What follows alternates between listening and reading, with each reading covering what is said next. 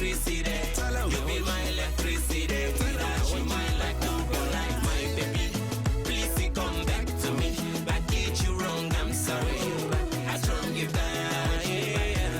My baby, please come back to me. I did you wrong, I'm sorry. I don't give back. Dem ga ma fi saratan bu yanje sawaratu masasi jog tak jaji. Tak jaji maluma le dog set the back some baji be laying on the bed that safatuma. Without you do them sapalima. Hey, Simsima. You got the keys to my Bilma. Yes, put them yes a snap shot. Proposes it off my screen shot. So that was wool. Na khana ma fat. Woma, my deg is a bad. Jem na bason no genu lo sa mahel. Tamba, danuna si khale. Bi khana sa yaram na daw na khmagel. My water wallo si khale. Bi sak mo ma japon ma sak di res. Khale yin an ma rest. You love by the desk. Me khugel leg week mune action bu best. For me budu ti man renga tele for yes. Dekete yo bankas bi fak mana. Le bus mune me eska sani ma mesto. Ritana metina wetaso na nama. Yabana DJ piba chini galas. You be my electricity. You be my electricity. You be my electricity. Without you, my life no go light. You be my electricity. You be my electricity. You be my electricity. Without you, my life no go light. My baby, please come back to me. I did you wrong, I'm sorry. I strong you back. My baby, please come back to me. I did you wrong, I'm sorry. I strong you back. musuma gëm waxi mbëggeel ndeke boo moytuwul mën na la guddeel te ki ko njëkke de mën na ko mujjee jar naa tey dund ak moom mu jeex am na ñu dul caaxaane sa xol bu dee danga ko bëgg a gis te doxal bis di nga màcc sa loxo bi wi cax boole ci rëccu lu yàgg te du nax bëgg naa la dootuma ko fowe bàyyi nga ma xamatuma fone Facebook bu léegi danga ma si génne message yu WhatsApp bu ku ne bul ma bàyyi ndax sonn naa wër naa la ba sonn yërëm ma suñu noon yaa ngi socc di xaar bu ma sañoon. Voilà, il est là Fata El Presidente comme ni ñu ko waxee woon sànq rek xam naa ne tey moom dama ko siif ndax li ñeentu nañu ko waxtaane nag tey li nga xamante ne depuis des années durant ñu ngi ci di jug ak daanu waaye comme on dit rek jamono parfois day toll foo xamante ne dañu naan waaw wala ñu ne déet rek ñu ñëpp ñu ànd jóoru.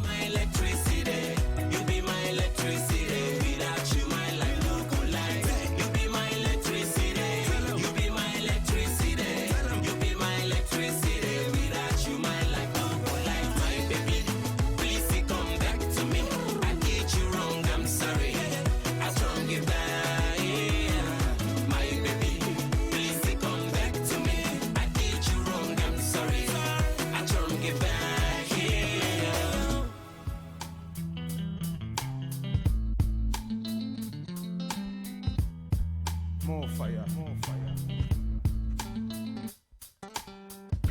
Ñun duñu politicien te duñu médecin nu ñu wàññi dundu gi wala ñuy faj feebar yi dina tëdd ba xaaju guddi xalaat lu soxal askan wi ñu bind way wi tegtal ko askan wi musique mooy boole xol yi dina def ba nga fàtte soxla yi. loolu tey nag moo tax ñu dalal ko kooku di Fata El Presidente alors naroon amoon nañ yeneen ñaari gan mais bon comme malheureusement kenn ki dafa tawte kenn ki dafa kenn ki xamu nu ma ko mënee wax mais bon mais néanmoins quand même dana leen jël en direct dugal leen ci émission bi rek ndax fu ñu mënti nekk ñoom it c'est très important ñu waxtaanee ko alors tey nag dañuy waxtaanee ci wàllu production musique bi nga xamante ne depuis des décennies ñu ngi ci laam-laamee baax naam baaxul ndax yoon bi fii lam du fii mais en tout cas gis nañ ne yoon bi actuellement gars yi nekk am na ñu yaakaar ndax biñ ci nekk ba léegi gis nañ ne ci la noppi gën a jege si ci la ouverture gën a am mais loolu nag amoon nay temps métti woon na trop am na ku ci wéetoon ñu koy wax Fata moom laa wax ba mu nekkee groupe CBV bàyyi beru def Fata yokk ci El Presidente moom la ñu bëgg waxtaane nag ndax gis nañ ne wéetoon na ci combat boobu lu nekk daj na ko c'est vrai mais est-ce qu'il faudrait-il pas rendre à César ce qui appartient à César moo waral loolu donc ñu fas yéene ko waxtaane rek ibi liñ tamit ci 88 628 99 90 ndax at loo mënti wiiri jàppal na gone gu mar moom aajuwul di sori koj ko ci taatu ndaali rek bu maree dellu si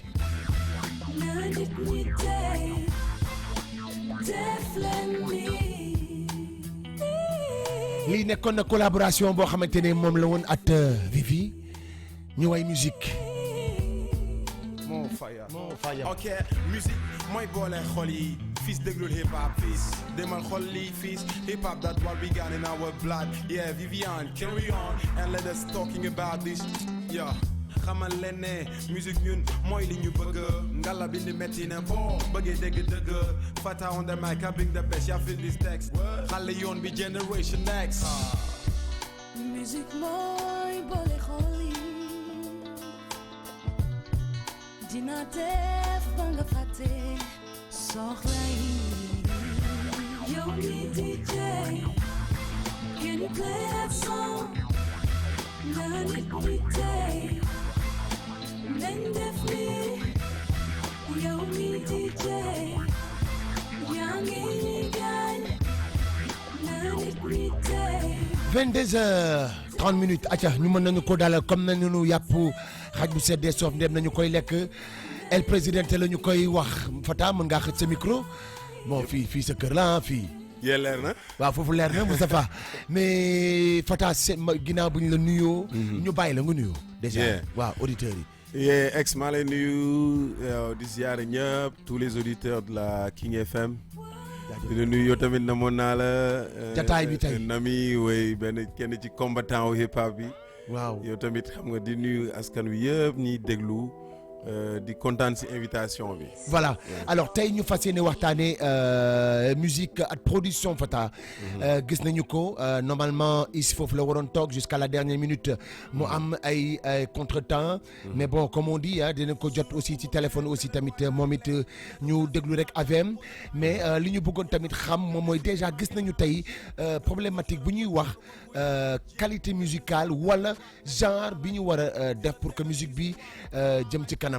loolu yow loo gisoon la depuis bi nga tegee première depuis bi nga génnee CBV bi groupe bi tase nga beru def sa carrière solo tudd Fata El Presidente alors déjà ça a été ton combat depuis plus de 10 ans est-ce que aujourd'hui je ne dirais pas si tu es satisfait non mais lan moo defoon déclic boobu nga nekkoon ci benn style bu dëgër jóge fa ne ok d'accord léegi ci style bii laay dem bon ex déjà pour info damay bëgg wan nit ñi ni bon peut-être sama profil bi gën a mag si rap bi ñu ngi ma xamee ci CBV waaw mais j'ai commencé avec un groupe qui s'appelait Black Hell waaw ci foofu la nag on était 3 comme à l'époque xam nga mooy format bi groupe de rap sénégalais yëpp nuroo woon mooy il faut que day am kenn kuy rap kenn kuy soul kenn kuy def yi fu gëree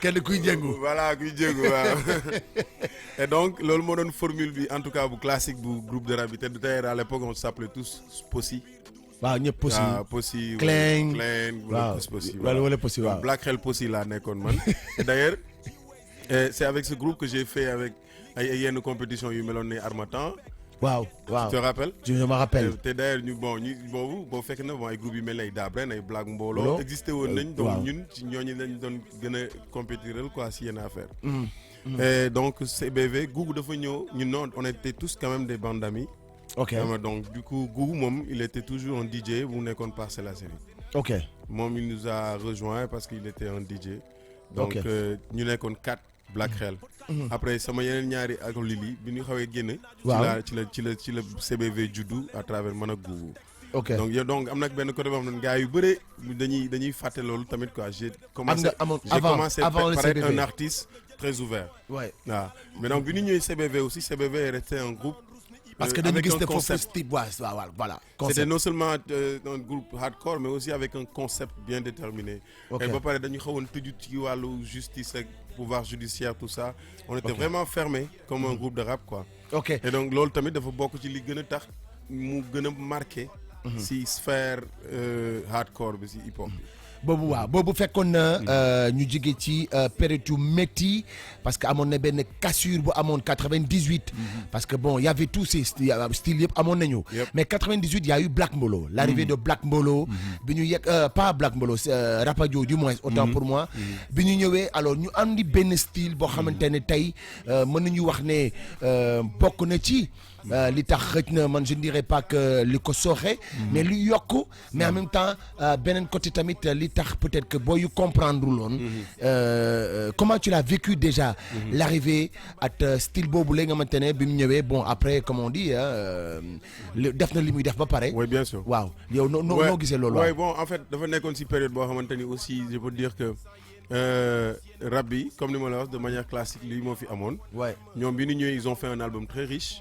surtout ils ont rehaussé la manière d'écriture xam nga ba gars yi nga xamante ni léegi ñëpp dañ naan bind ak facilité ils ont commencé à xam nga di respecter yenn ay rimes yi di def ay punchline xam nga commencé di ay name drop léegi gars yi di commencé xam ni bind dafa bokk ci hip hop et donc loolu dafa bokk ci loo xamante ni Rapadio ñoo ko gën a fësal ci hip hop sénégalais. ok bi loolu avant bu loolu weesoo tamit il faut dire que di dugg ci société bi bind ay affaires yu bëri. moom ñoom it bokkoon nañ ci ak engagement bu bëri loo xamante ni nit ñi daaw ñu ko ñemee laal lu bëri ñoom ils l'ont fait. benn morceau bi nga xamante ni moo doon morceau phare bi créé woon coow lu bëri ba lëndëmal askan wi. mooy seen sound bi ñu xas groupe yi rap yi fi jotoon nekk. nga xamante ni ñun ñoo doon suñu ay miroir. mu nekkoon ay Daara J Jant bi Black Mbolo PBS. loolu tamit biñ ko defee. benn côté mën na am ironie mais après ñoom ni ñu ko doon défendre ci rajo yi ak télé yi ça fait que c'est devenu quasiment religieux. en fait c'était du genre voilà lii moo baax. waaw leneen baaxul. et voilà mu mel ni nekkatuñu ci musique xam nga léegi nag affaire boobu dafa demoon ba inculqué wu ci jeunes yi. mënatuñu respecter keneen kuy def beneen style bu dul hardcore. mais loolu moo créé vague boobu je me rappelle il y a des concerts yoo xamante ne ay groupes yu gars yi xamoon fii. waaw ñoom finalement ñoo demoon ba dañuy jouer fenn sax ñu leen di sànni xeer ñu am succès. ñoo xamante ni ils savent faire la musique. am na ci yenn coin yoo xamante ne sax daanuñu foon ñeme dem parce que bu ñu fa demee gars yi avant waxuma la sax yéeg ci kaw scène bi. mais gars yi da leen di sànni xeer. voilà donc loolu nag andi woon benn divergence mais tey. ñu gis ne est-ce que tu as l'impression que daf ñu topp loolu dafa topp ba léegi wala dañ na. bien sûr mais en fait je me suis dit bi loolu amee après da ngay gis ni génération yi ci topp yëpp. dañu boobu loolu dafa créer benn vraiment benn feeling boo xamante ni ci jeunes yi bëgg dugg ci rap yëpp. et ils ont quand même été xam nga influencés par Rapadio quasiment. et ba nga xamante ni ñoom ñëpp aussi waxuma la rek ci rime yi wala ci texte yi wala ci next level yi. mais après ci engagement yi c'est juste pour être toujours arrogant. être toujours virulent di waxu guerrier li nga jàppee fu guerrier loolu mooy yëfu guerrier hip hop alors que le hip hop est venu avec quand même ay yenn portion de yoo xamante ni mooy waral lu bu weesoo engagement yi am na entertainment am na edutainment am na aussi am loo xamante ni mooy nga am fun. Absolument. c'est un mouvement qui regroupe pas mal de choses. léegi nag ñun on est resté sur l'aspect hardcore et engagement. na ko deful boobu baaxul. mais d'ailleurs loolu ça t'a valu beaucoup de plumes parce que loolu. ci lañ gis Bibson beru. mais personnellement dañu bëgg a xam. ku bañ Fata. ci waxin. jëmm ji la wala musique bi la. parce que gars yi dafa mel ni je sais pas c'est partagé ñii dañu ne Fata dafa ñeme wax. waaw ñii dañu ne bon musique bi muy def la. donc am na si ñoo xamante ne on te voit en ci ginnaaw scène bi. boo leen tasee dañ lay nuyu. tu vois donc pratiquement ouais. donc voilà. waaw non mais après da nga naan xam nga bon Sénégal dëkk la bu complexe par contre xam nga parce que tamit ñun musique la ñu seex man musique laa seex askan wi bu weesoo ni après damay def musique j'ai ma vie comprendre nga. maintenant. Jugement de valeur yi. soxla woo ko si man je vais naturellement pas y prendre compte aussi. ok tu vois parce que amul sens si man. maintenant li am solo ba am solo mooy je reste quand même un Sénégalais qui fait du rap. et qui est conscient de sa culture et de ses réalités. donc du coup xam naa lan laay bind comme texte lan laay wax lu conscious lu conscient ak li ma dul bëgg wax parce que tout simplement damay jaay guerrier. ñaari contexte yooyu la quoi. je suis resté un artiste xam nga conscient qui écrit des lyrics xam nga conscient et éducatif. et donc après loolu tamit choix la. mais choix bu métti parce que parce que doo nuroo guerrier. waaw parce que boo xel da ngay nekk rappeur civil. waaw voilà Sénégal loolu la booy commencé di bind ci. yeneen affaire yu bëri yoo xamante ni peut-être du susciter gars yi dañ lay coow. waaw dañ lay catégoriser booy wax ko guerrier nag di saaga état bi. ñu ne yow yaay guerrier. yow yaay guerrier ba pare après état bi aussi complexe qu'il est parfois aussi. waay dañuy plié wu. dañuy plié wu parce que bëgguñu tout le temps ñiy nekk di être égratigné pour ça. Mais donc artistiquement en tout cas. man loolu du ma si dugal. ok voilà dugalu parce que je loo comprends comprendre bu njëkk la. voilà lu ma teel a comprendre la parce que bi ma nekkee CBV aussi.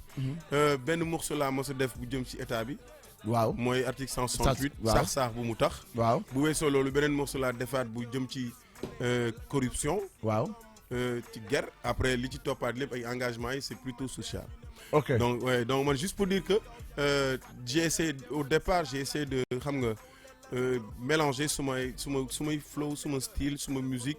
sama vision. samay lyrics aussi si lu de manière générale li nga xamante ni mën na ma amal yokkute ak ubbeeku. mais à qui la faute est-ce que mën nañu wax ne Fata boobu quand il avait compris bon comme amoon na fi style yooyu noonu est-ce que c'était pas pour yow responsabilité bi mënuñu ko tekk ci loosu beatmaker yi ñoo ragaloon produire yenn morceaux yi maanaam parce que yow est-ce que amoon nga problème par exemple boo waree def prise ak style musique bi nga bëggoon. boo ñëwee ci beatmaker. mu ne laa non sama waay man lii du ma ko def. oui non mais. nga yenu yow sa affaire quoi.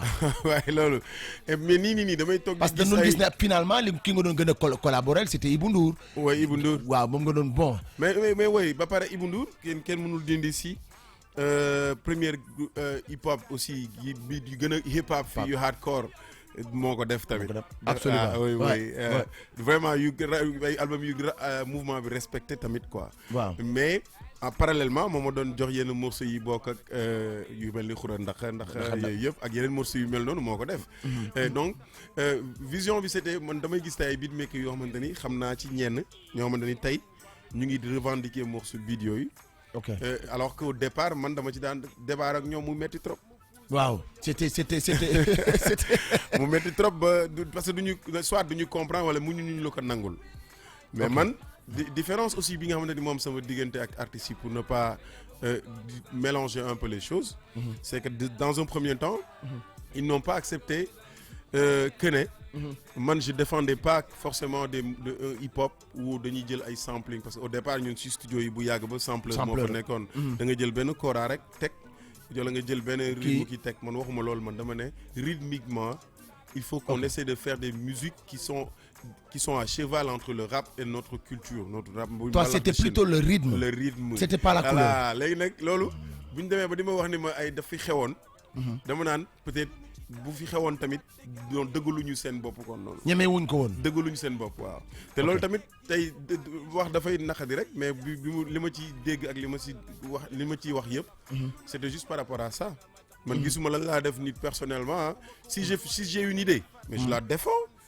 dama koy défendre su ma amee idée ba ku am benn jugement ci man personnellement ci sama attitude wala comment je parle wala leneen.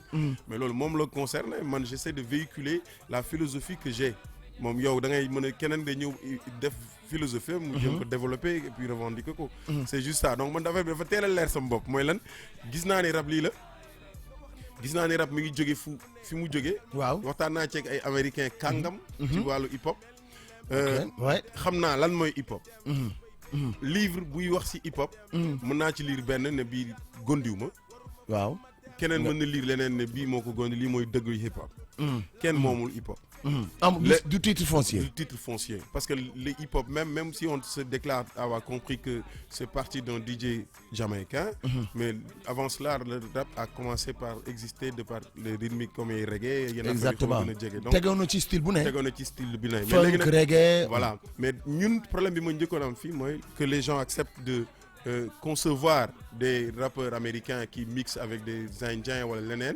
ñun ñu bañ ni duñ ko booleeg suñu mbalax wala aussi ñu lay wax waxu norme.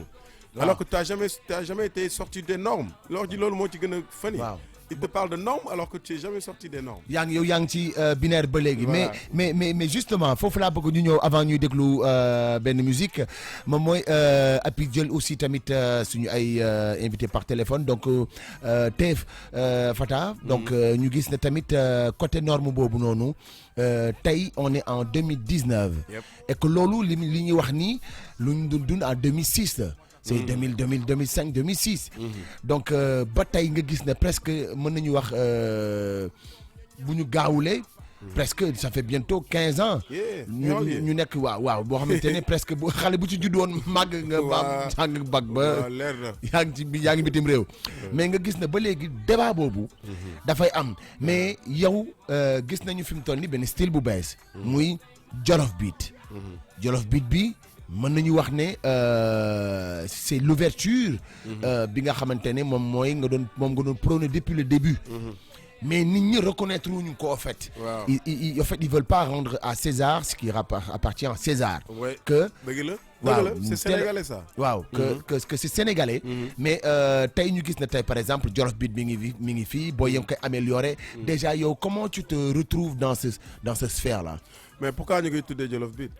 waaw parce que gars yi dañ ne rap américain rap français. pourquoi mu war a tudd Jolof. Jolof benn dëkk la bu nekk Sénégal. waaw kon finalement. Dakar la ñuy wax ci Jolof ñeneen nante yi bu ñuy wax Jolof danaan maa ngi dem Jolof Dakar. moo tax xoolal coow gi fi nar a andeeti rek gars yi trouvé nañ seen tur. waaw non wala ñu wax Wolof Beat. kan moo ko moom mais Wolof Beat. non ça reste sénégalais. ça reste sénégalais. ça reste pas ethnique quoi. ça reste pas ethnique. en fait c'est juste que li wér te wóor mooy. waaw. on a du mbalax. comprendre nga. waaw mbalax boo koy dégg doo ko définir ci benn endroit sénégalais. da nga naan rek mbalax. comprendre nga. ok voilà c'est un nom neutre. c'est un nom neutre. waaw. ok mais ñun on fait du rap sénégalais.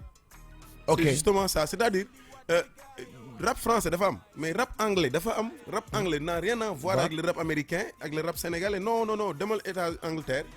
mais nga déglu ni rap bi mel rap bi du bokkul sax ak ni ngay dégloo rap aux États-Unis wala en France. c'est-à-dire bon du ma ni ñiy déglu ñeneen ñi peut-être xam nañ li may wax quoi. dama dégloo rappeur en anglais. ton bi mu lay jox ak style bi muy rap. waaw ça diffère de ce que tu as l'habitude d'entendre. est-ce que da nga dégg rap le mouvement hip-hop anglais doo koy dégg. donc jamais. voilà il existe. mais en vérité dafa am ci beneen style. beneen style mi ngi tudd leneen lu tudd. oh oui donc nuance bi mooy lan ñun nag Sénégal dañu jege Amérique ñun dañu am ay influence ñun ñi ñu influencé ci rap pratiquement américain yi la. ok donc ñun virus boobu dafa def direct la quoi. on a les mêmes codes quoi. on a les mêmes codes. ba pare feeling yi ñoo ko nuróole. ñun amee sénégalais mooy rap en anglais nuróog américain. moom moo am jab bi vibe bi yëpp quoi donc loolu yàlla may nañu ko. mais ñun loolu dafa sori ci ñun quoi dafa dem ba dafa dugg ci suñu hip hop. sori ci trop ba lu américains yi def mooy ñëwaat nekk vague si ñun alors que loolu ça n'existait pas à l'époque les PBS les Daara J ils avaient cassé déjà cette mooy kii boobu cette vague là ouais. mais ñun bu fekkee ñun deuxième génération hip hop bi ñu ñëwee on essayait encore de faire des choses intéressantes mais lépp da nga gis ni da ngay mel ni kuy pousse train. ok maanaam loolu askan wi jeunes yi en tout cas ci hip hop bi en tout cas rappeurs yi nangu ñu jël décision fly high maanaam just trying to do something else. ok loolu nag c'est comme si on a am benn écoute bu ñuy am pour public bi nga xamante ni il est toujours là pour critiquer. gars yi dafa mel ni dañuy sóoraale public boobu di critiquer. non seulement dañ koy critiquer dañuy sóoraale loolu alors que man j'ai une fois fait une remarque dama ne bu dee benn groupe de rap bu ma sénégalais yi wax ni bëgg nañ ko. nañ ma wax wala benn turu artiste bu ñu ni sénégalais yi ñu ni ma bëgg nañ kii. moo fi nekk mooy number one. ñun ñu nekk 15 millions. mais qu'est-ce qui l'empêche de vendre 1 million de disques. fii rappeurs yi même ba ci génération bu bees yi bu ñuy xëccoo dañ lay wax lan jaay nañ 10 000 wala 50 5000 et 5000 defatuñ ko léegi. 5000 defatuñ ko. léegi 1000 yi dañuy góorgóorlu vraiment. merci mais boo may waxee ay wax record. Sénégal njëkkante bi xëccoo bi jaayante graaw bi. mais it's all about numbers. tey boo ko bu fekkee loolu amatul suñu hip hop bi ku ci nekk dafa war a miiré wu quoi xool boppam ak askan bi muy waxal. tu parles avec lu mu bon tu parles avec 3 millions de jeunes. ok le Sénégal est quasi à plus de la moitié jeune. mais maintenant yow boo defee calcul boobu. nga xam ne yow kon li ngay wax askan bi ci boppam mais est-ce que mu ngi koy déglu wala mi ngi est-ce qu'il te rend la balle. waay est-ce que. affaire bi foofu la toll fa la ñuy peese maanaam peese kaay bi foofu la. affaire bi foofu la toll. maintenant c'est parce que benn la ñaareel benn bi mooy li ko waral benn bi mooy ñun le public est resté spectateur. pendant longtemps di seetaan ba pare di def seen ay critiques yu subjectives si artistes yi. artistes yi di ci tenir compte. di ci bàyyi xel maanaam di fen public bi quoi du leen wax dëgg quoi. voilà bu ñëwee toog ci rajo bi dañuy wax dañuy tenir ay discours di sóoraale booy yooyu pour bañ ñu wootee mu jar au détriment de la musique ou bien du hip hop. mi ngi noonu mais xam nga man tamit xam nga Fata man dépassé naa loolu. comme on dit yaa ñaaw yaay quoi. ku jóg rek daan def Fata. man yow dama ko teel a démystifier man dama ñàkku. naka tul ko. Aïcha donc tout à l'heure nag ñu déglu musique bi juste après daal di leen mën ngeen ñi nekk ci internet bi tamit mën nañu bindi seen ay questions voilà donc vous pouvez réagir donc sinon aussi mën ngeen woote ci 88 628 99 90 képp ku ci am looy wax aussi tamit voilà ligne bi ibbi nañu ko ngeen woote ci 88 628 99 90 ñu waxtaanee ko aussi responsabilité bi gis nañu ko donc am na ci loo xamante ne fexe nañu ba mu feeñ donc muy déjà le discours contient dans son quartier mooy maanaam li ngay wax sa biir koñ boo ñëwee ci rajo bi toog ci rajo bi war a wax loo xamante ne yow secteur bi nga nekk la arrangé mais finalement ngay bàyyi xel koñ boobu noonu wala ñi nga xamante ne tey dañu jàpp ne yow li tax ñu fal la boobay dëgg ba yow mu jaral la nga gëmm ci beneen dëgg boo xamante ne tey moo doon jëriñ ay milliers et des milliers de personnes alors tout de suite ñu déglu Asmalik le temps que ñu dem jëli Is. En featuring avec Asmalik Scarblue. For real, you better learn that. For what?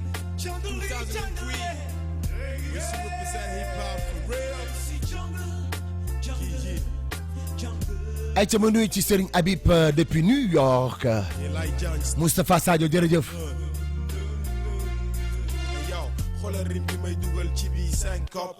wis ko ndox MC boo amee kat jaaj tey nga 5 cop MC bu yelwaan flow rang leen benn dalal seen cop rab yombul di ni nga ko foogee am na lu mu laaj MC yaa ma ko gën a xam yéen seen bopp ci mbind mi ngay dooree fiis naam tactique flow yu rafet yow te am technique yaa xam nga nekk hardcore war a ngay rap bu sadee ci yow en tous les cas rap fiis musique la ça doit être mélodique te loolu it mënul tere ñu cycle la maa ngi lay conseiller nga dem ci studio bu hip hop pour programmer beat bi nga bëgg son bu la ci sonal na nga ko dindi bu ko sëgg fiis yow maanaam lu jëm ci ay grosse caisse Charleston caisse claire taxi bu leer na sa partenaire yow ndax rap bi dafa war a leer fiis de l'articulé ok idée yu particulière laa la laaj fiis you better learn Matam MC Jungle MC Jungle some of the way that's the time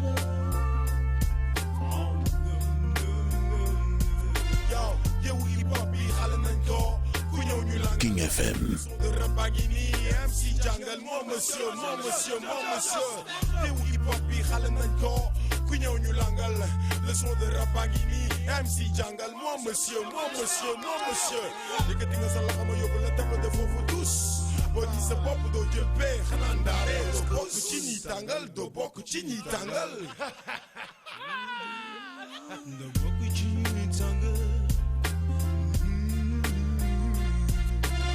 boo ci jógee na mixage bi saf te groove bi bari nga bañ a fàtte ne rap wax ji day bari te ko ci son bu ponkal te am gabari profito ci wane li nga mën a wax ci léegi dafa gabari li muy bari lépp mi ngi tegu ci do ré mi fa sol la si do ré gambi ma sëkk bu la joxe ins nga xam noo si do ré bul tipsé amal maîtrise ci kaw beat bi compter say mesures pour en cas doo génn beat bi dee ci foo te nang ci waane wi refrain di dugg na nga fexe ba nang ko wane fils et yow waneel sa dégg daaj marquel ko ton tey harmonisé et Joe harmonisé ay album solo yu mel ne compilation il est temps confilation wax ko rab yi du loo xalaat mu ñëw sa xel rek nga wax ko yow bu dee am nga talent bu ñu confirmé bu la neexee doxu confirmé Fata moo koy affirmé yow da ci boole sanc MC dina la neexal rek bu jàngal la nga bañ ma yóbbu la police fii rek ngir jàngal la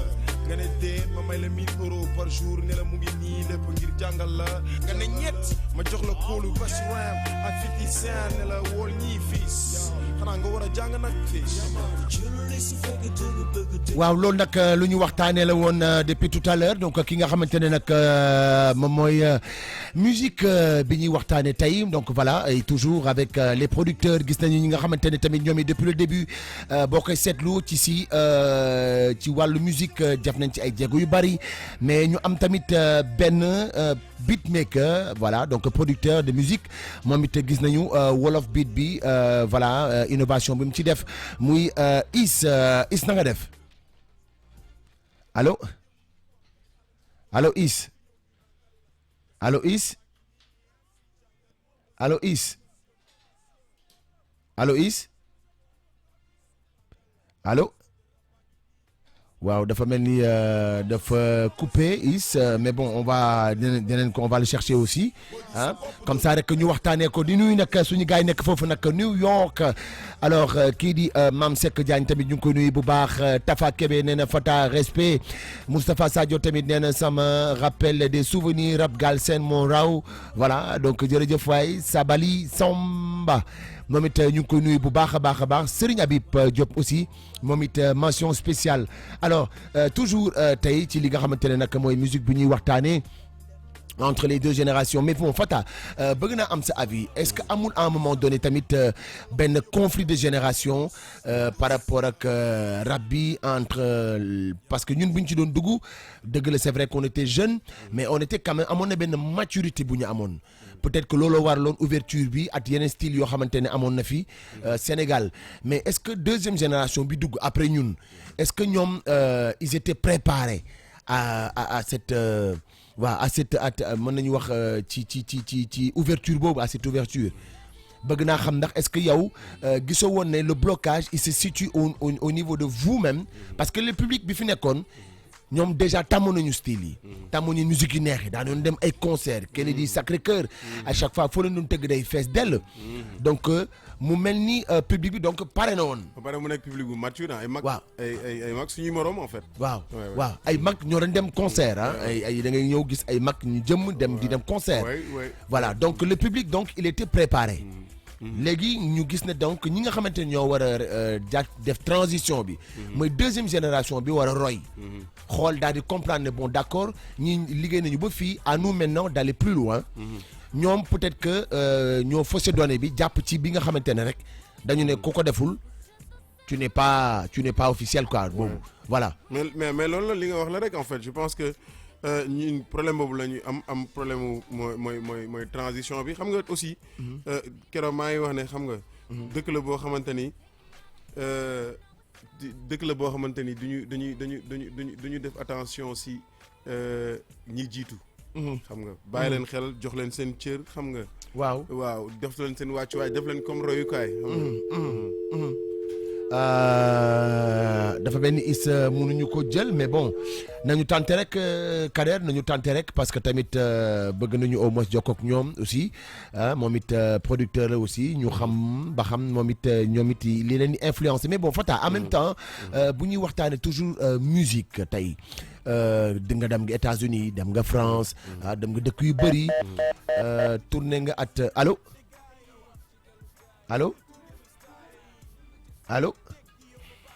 Is waaw dafa mel ni xam naa ne rek Kader tey moom danañu ñefe au moins pour am leen mais tey ci nouvelle génération yi tey est-ce que xool nga ci ay yenn producteurs de son nga ne ok boy yi ils ont compris bu amee ñan la. mais bien sûr am na si boy bi yi ngay wax ni is bi ñëw wootee nii. mais moom il a compris. boy is son bi ma ko njëkkee dégg.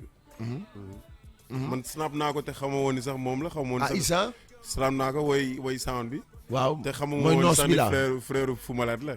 ouais donc parce que damay naan lii affaire bi lii la xam nga. parce que bu weesoo ba ma naan wax ne bu weesoo rythme bi. après flow bi si topp itam dafa am solo. xam nga ñu man ok. dañ la daan attribuer si rap bu yomb waaw rap bu yomb bi ngay def xam waaw nga waaw parce que da le ngay flow. parce que si nonchalance bi ci flow bi ak rime yi gën a vraiment terre à Waaw. terre xam nga parce que nekkuñu ci concours rek de lyriciste parce que ak bu de- njëkk ba bu rab bi c'était tikiti takate tokoti Voilà. voilà Donc, c'était- Même si on sait que c'est de l'art, C'est de l'art, lyricalement, hein? Ouais. mais aussi, dafa am benn on te donne 3 minutes en fait. Ne la da ngay exposer benn thème, benn style, benn vibe mu war a dugg si biir nit ñi. xam on nga. avait beaucoup de choses à dire. Voilà, xam nga. Mais du ci da ngay def concours ou def 3 couplets de 16 wala de 18 en fait. Ouais. Après j'ai vu des. dafa Ouais, mel vas-y, ne vas-y, si- vas-y. ok. Vas-y, c'est bon. Hein. Ça- Allô, Is? Allô, Is? Allô, Is? Bon, on n'arrive pas à la voir. Waaw, donc. nga comprendre ne ama dafa nekkoon style boo xamante ni ñun ñëpp ñun mën nañ ci dem. ba pare nekk si à l'aise mais il faut y aller avec le style. style bi nag day paraître lu yomb mais man dama ko teel a comprendre si américains yi li gën a yomb la ñuy def.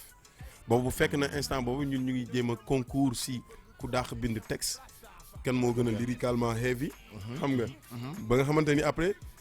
gis na ni rappeurs yi gënoon dàq bind Sénégal ñu ci bëri quasiment ils prennent plus de temps sur les lyrics que le flow en fait. Ah, oh, ok. Bon, voilà alors que da ngay gis par exemple bu ma dégluwee su ma je sais pas hein, je dis du n'importe quoi mais morceau bi ñuy wax ni bu is bi. waaw. boo ko dégloo. je pense pas que couplet yi dina passer 16 mesures wala.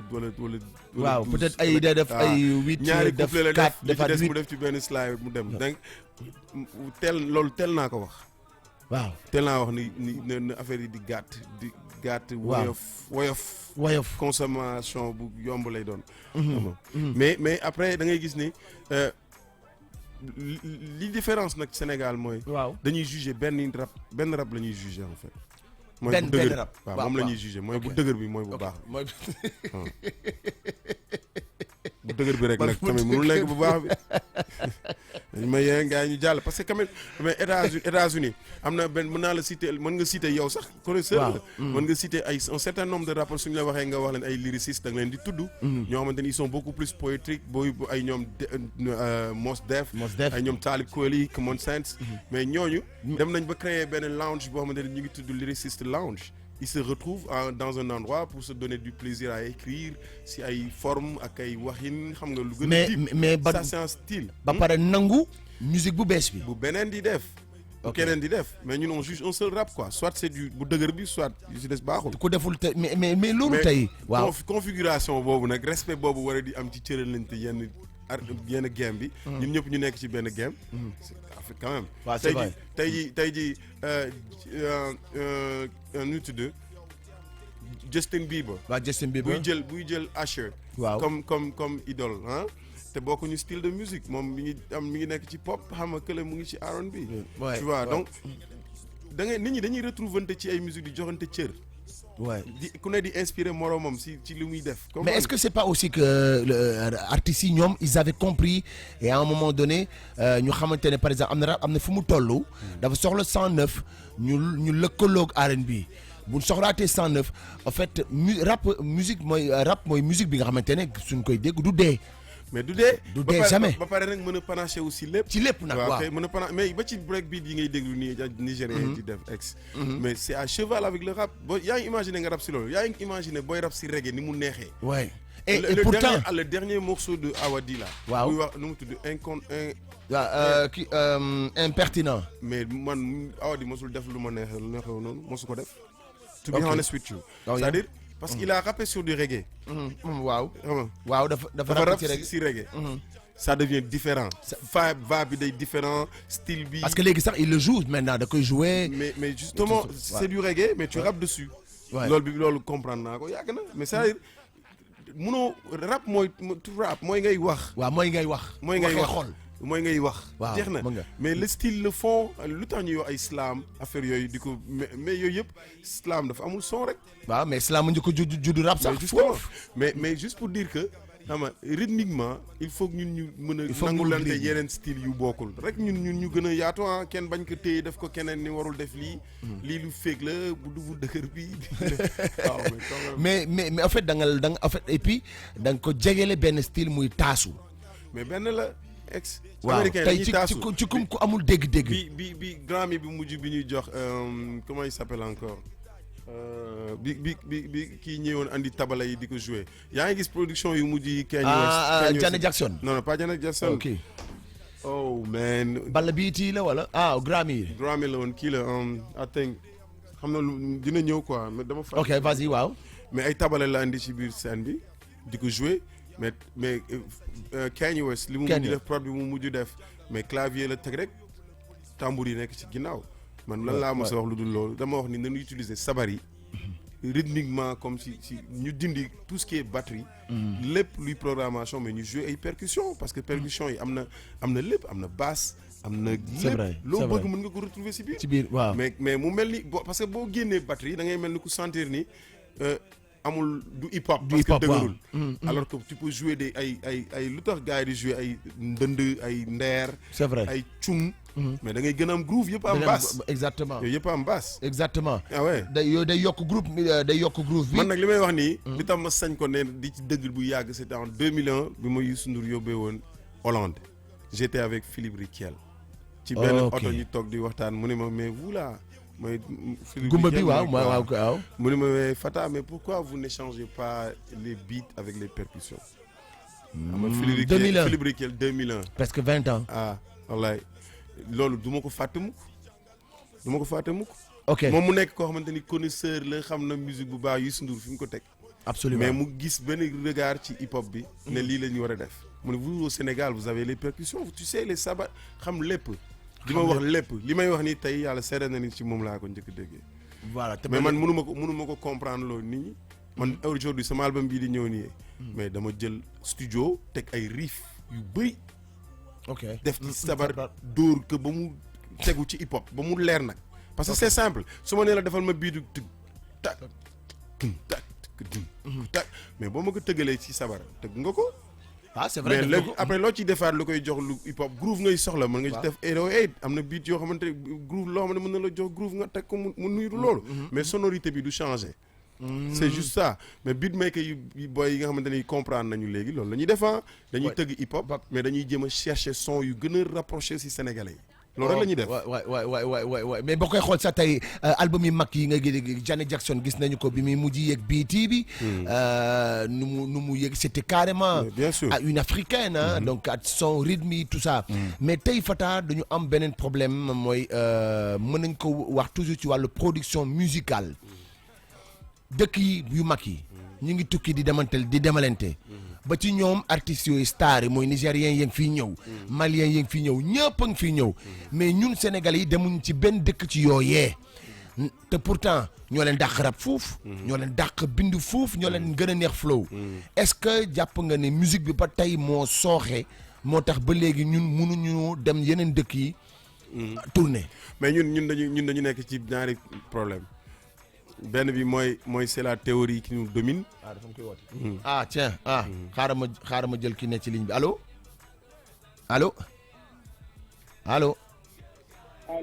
waaw kooku salaamaaleykum. maaleykum salaam man la Is. mais Is mais nakamu. mais ñu ngi la doon jéem a jot depuis sànq xam naa ne ligne bi moo xawoon jafe tuuti. waaw donc rapidement rek xam naa ne dañ lay jël déjà parce que tey dañu toll ci monde boo xamante ne gis nañ ne musique bi am na tey fu mu nekk di évoluer mooy am na une évolution par rapport ak rap hardcore bi fi nekkoon at rap at musique bu bees bi yow est-ce que da nga jàpp ne yéen beatmaker yi yéen a am ouverture d'esprit changer ko wala rappeurs yi ñoo leen imposer loolu. ba ngeen am ouverture musicale boobu di leen tëggal musique yu bees yi xew na quoi mooy wolof beat bi. waaw déjà mooy li gars yi yàgg a wax rek am na loo xamante ne c'est obligatoire mu am quoi. muy lan amul beatmaker amul rappeur c'est un mouvement d'ensemble mooy su monde bi di évoluer. boo buggee nekk à jour foog nga évoluer ak moom. tey beatmaker yi mun nañ ne parce que da ngay nekk Sénégal tey di jaay ay. rappeurs yu mag yu nekk yeneen dëkk ay beat. nga nekk Sénégal. waaw da ngay nekk Sénégal di jaay man jaay naa. mais lan dañuy jaay. mais est-ce que Sénégal fii yaa ngi jaay fii Sénégal comme ni nga jaay bitim réew. maa ngi jaay bu baax. ok yaa ngi comprendre. donc tey mun nañ ne su affaire yi changé c'est que ñun beatmakers yi. ñi nekk ci kaw doon defar beat la ñuy gën a jàppee concurrent sax que ñi nekk fii di defar musique parce que monde bi internet dafa def mu nekk village planétaire mooy maanaam. ñëpp dañuy daje ci benn espace bu ñu tuddee internet ku nekk di fa jaay di fa jënd di fa jaay say beat di jaay lu nekk. donc concurrence pour man ñi nekk ci biti la ñi nekk ci réew mi ñi nekk fépp. donc tey ki nekk États-Unis nu muy performer ci beat noonu nga war a performer ci beat parce que aussi il faut ñu comprendre que rap tey jii nii làkk la benn langue la boo xamante ne boo nekkee ci benn espace géographique am ay code am lépp. mais bu fekkee beatmaker nga ci musique rek ngay waxee quoi. ok musique mooy làkk boo xamante ne boo demee ba Chine nga làkk ko gars yi xam nañ lu ngay wax. mooy musique bi. nga dem ba parce que boo demee ba Pakistan doo lay nekk. waaw doo la lay nekk. doo la quoi. mais léegi boo demee. mais boo demee beneen dëkk mun nga ne man wolof laay rap kii ne la anglais lay rap kii ne la Pakistan mais saa yoo tegee musique. ñoom mun nañ ci gis seen bopp quoi. et donc déjà nga wax loolu mais tey mën nañu wax ne am na benn jafe-jafe boo xamante ne quand même faut le dire musique bi tey ku def musique bi nga xamante ne mooy musique bi am ouverture bi gars yi dal la naan la musique bi sa musique baaxul li ngay def du rap. Après c'est compréhensible rap parce que rap ak ay affaire genre jamonoy romantisme jamonoy ku si nekk ak courant bi ngay défendre. ñii dañu naan rap hardcore mooy rap beat boom boom chat mooy rap ñii ne rap bi ñun niñ ko jàppee mooy musique lii de toutes les façons lépp musique la ñii ne dëggantaan la ñuy def ñii ne gangster rap la ñuy def mais ku si nekk si ñoom ku si nekk am nga benn affaire boo xam ne si ngay identifier. waaw mais loolu doguma la est-ce que loolu tey mënul andi benn problème parce que lapsus bi mooy d'accord style yi dañuy bari mais style yi tey yooyu bari tey moo andi problème bi parce que dañu dem ba ne ku deful rap hardcore maanaam defuloo rap mu tax nag public bu bari public bi lâché alors dem aujourd'hui nag on veut le rattraper yéen nouvelle génération bi surtout yow is yaa ngi ci bay sa waar est-ce que tamit le continuer di accepter que ñële toog fale naan rap bu dëgër bi moom mooy vrai bi yéen ñi ngeen di def baaxul est-ce que tamit continuer di ko def tamit du tax ñuy payer les pots cassés. waaw déjà il faut ñu comprendre que am na ñoo xamante ne il faut déjà ci affaire yi ku ci nekk comprendre liberté ku ci nekk. par exemple tey. amoon boo jëlee sax ay ñoom Youssou Ndour ay temps. di nga dégg ñu ne la groupe bi ñoom li ñuy def mooy vraie musique parce que seen mbalax dañ ci def jazz ñii ne la lii la ñuy def ñii léegi lii ak lii yaa ngi comprendre. waaw. mais toujours tolérance mooy yow nga nangu ne yow yaay extradé DJ nga. keneen nangul moromam DJ bële bu mu nekk. ok xam naa fi ngay waxee. affaire yi évolué na de telle sorte que tey. yow même booy def bu dëgër. am nga noo koy orienté teg ko ci ay code di avancé keneen ak keneen. bu ñuy def beneen affaire aussi dañ koy def avancé ci en même temps. parce que tey jii nii ñun li ñuy def mooy c'est la musique bu may tuddee man Dakar Trap bu ma nekk di développé. ok ay lu bandi di niro. waaw nii la noos yaa ngi comprendre. noos ay ennemi dundal. genre ak yéeme genre xeetu musique boobu boo ko gisee. dañuy jël lu traditionnel. boole ko ak benn trap bu moderne histoire de créer une nouvelle musique. imposer ko parce que ba léegi ñun Sénégal amaguñu suñu touche à l'international. exactement mais foofu laa bëgg nag ñu ñëw ci parce que touche à l'international boobu mooy tax tey ngeen mën a revendiquer seen rap ba nga xamante ne tey li ñu rappeur boobu Booba waxoon mu métti ñu trop et bon voilà après réflexion aussi il y a une part de vérité mais est-ce que tamit tey jotul ñu yeewu rappeurs yi bariwu leen moom laay wax tey boo feesu leen basang donc ngeen la ko loo comprendre ne ok is am na style am Foumbara am na style am Fata am na style am ku ci nekk am nga style waaye nag li nga xamante ne mooy suñu dénominateur commun moo ñu boole war ñu mën a jaay sur le plan international ngeen d'accord ci muy musique bi ñu def ko dans une diversité sans pour autant mu am ay barrières mooy maanaam ñu ne amatul musique bii mooy vrai musique bii moo baaxul. waaw mais xam nga parce que yéen a ngi def liggéey bu rafet yaa ngi def liggéey bu rafet te du ma nangu aussi tamit is kenn taxaw fële ne is boy bi musique bi muy defar baaxul xeex ko ba dans 1 an 2 ans gars yi daal di lay non parce que li ma lay wax nii xëj na doguma la yàlla bu la yàlla dog dundoon nañu ko dans le passé et souvent l'histoire a tendance à se répéter donc am na yoo xamante ne boo ko bàyyee mu màgg te waxtaane wuñ ko dana dem ba finalement public bi xeexaat ñu yeewuwaat andiwaat bee daal dina donc biir ñu dem ñu xeex ko mu daanu. waaw mais li ma mooy wax tout le temps mooy. li si gën a important. waaw mooy est-ce que yow dañ lay critiquer nga bàyyi lu ngay def wala dañ lay critiquer nga continuer di ko def. Youssou Ndour il a fait l'objet de beaucoup de critiques mais est-ce que dafa bàyyi. tey jii nii problème mu déggoo ay ñun ñëpp ñu booloo. loolu c'est pas un problème du rap c'est le problème de la musique sénégalaise lu tax pour yow Viviane ak Wally musuñu def featuring. waaw mais xam nga tamit mais problème boobu noonu ça veut dire que c'est pas un débat boo xamante ni il est sur le sur la place publique mooy maanaam même bu fekkee ne y a une tension mais ñoom ñu ngi suturante seen biir ba ñoom ñëpp muy Viviane bu tëggee day fees Wally bu tëggee day fees Pape Diouf bu tëggee day fees malgré cette concurrence bu am seen biir mais est-ce que ñoom luy tax ñoom par exemple ñuy atteindre toujours seen objectifs du mooy masla bi sutura bi préserver certains secrets qui ne doivent pas aller vers le public. waaw déjà ñun on dit tout.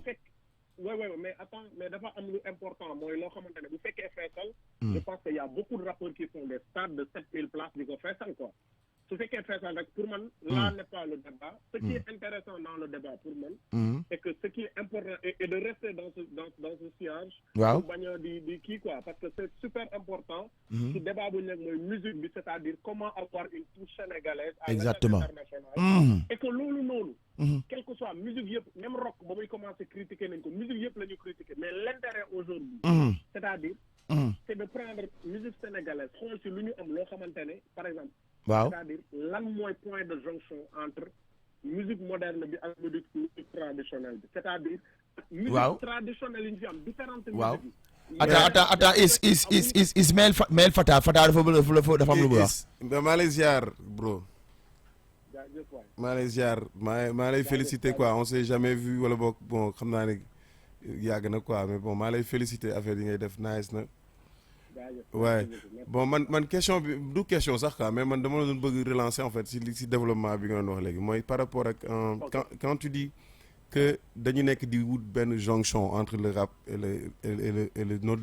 la musique de chez nous foofu laay waxee ni par exemple est-ce que c'est pas encore plus difficile de reprendre ce qu'on a perdu que de créer en fait parce que ñun dañ ko téye woon ba pare c'est-à-dire mouvement bi dafa amoon loolu lépp c'est-à-dire ça on parle pas avec un public qui n'a pas compris c'est-à-dire ñun dañuy am ak affaire ñoo xamante ni dañu nànd léegi mais dañu rasu dañu ñëg waaw rasu quoi connaisseurs yi ñi bëgg saan yi ñu ci bëri en tout cas c'est-à-dire bon après yow mën naa comprendre génération bi ngay waxal tamit quoi mais man si je me rends compte public bi nga xamante ni ñun ñu ci bëri ñoo leen daan déplacer mënatuñu déplacer ñooñu ñëpp parce que loolu yëpp daf fi nekkoon mais dafa nekkatul tasaaroo waay dafa nekkatul si wàllu musique bi quoi je sais pas ba maa ngi ñëw si li ngay wax ne dañu nekk di construire en fait mais ñun lu ñu yoroon la ñëpp quoi maanaam rap sénégalais ñun ñëpp moo xam génération bu bees bi wala bii ñëw suba sax xam nañ ni lii dafa exister woon si musique si wàllu étude bi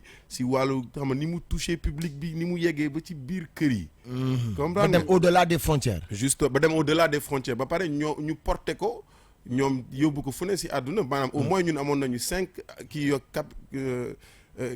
groupe yoo xamante ni ñu ngi doon représenter suñu musique partout comme le font aujourd'hui les Nigériens wala donc maanaam est-ce que gënul jafe bopp li ñuy nekk di def moo xamante ni yéen a ko tombé la man yenn saa damay toog ba yaa ma dégg ni génération bu bees bi ñoo ëpp chance mais est-ce que chance la tamit xam nga parce que mooy jafe-jafe gi gën a bëri xam nga parce que déjà lu may expliquer mooy c'est-à-dire bu ñu toppaatee affaire bi jamonoy ay Black Mbollo ay jamonoy Bamba Ji Fall da nga doon gis dañuy teg son bi xumbal ñëpp daw fecc ci yéen a ngi comprendre dañu doon teg son bi xumbal te bu naa la waaw ñëpp daw seetaani ko yaa ngi comprendre tey après mais ba Rapadio ñëwee dafa am benn déclic bu am waaw et c'était très normal c'était un groupe qui venait imposer aussi sa couleur absolument déclic bu ñu am par exemple dañuy ñëw indi fondamentalement texte teg ko ci fondement wu rap lii le rap c'est de l'engagement rap tel ak tel mais après mouvement Rapadio ba ñu ñëwee da ngay gis ne MC yu bëri si la ñu profité ñii dem kaaw toog fa ñii tel yaa ngi comprendre mooy yeneen groupe yi waaw léegi à la place ba raba ñëwee imposer benn couleur su may seetlu benn daara ji wala benn awadi ñëw continuer di def lu ñuy def tey. waaw ba léegi. ba affaire bi porté tey jii nii fu mu taxaw.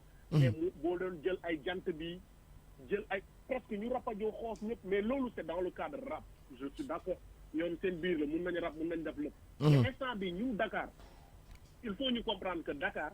instant bi laboratoire la. waaw. laboratoire mooy lan am nañ ci genre sonorité bu nekk.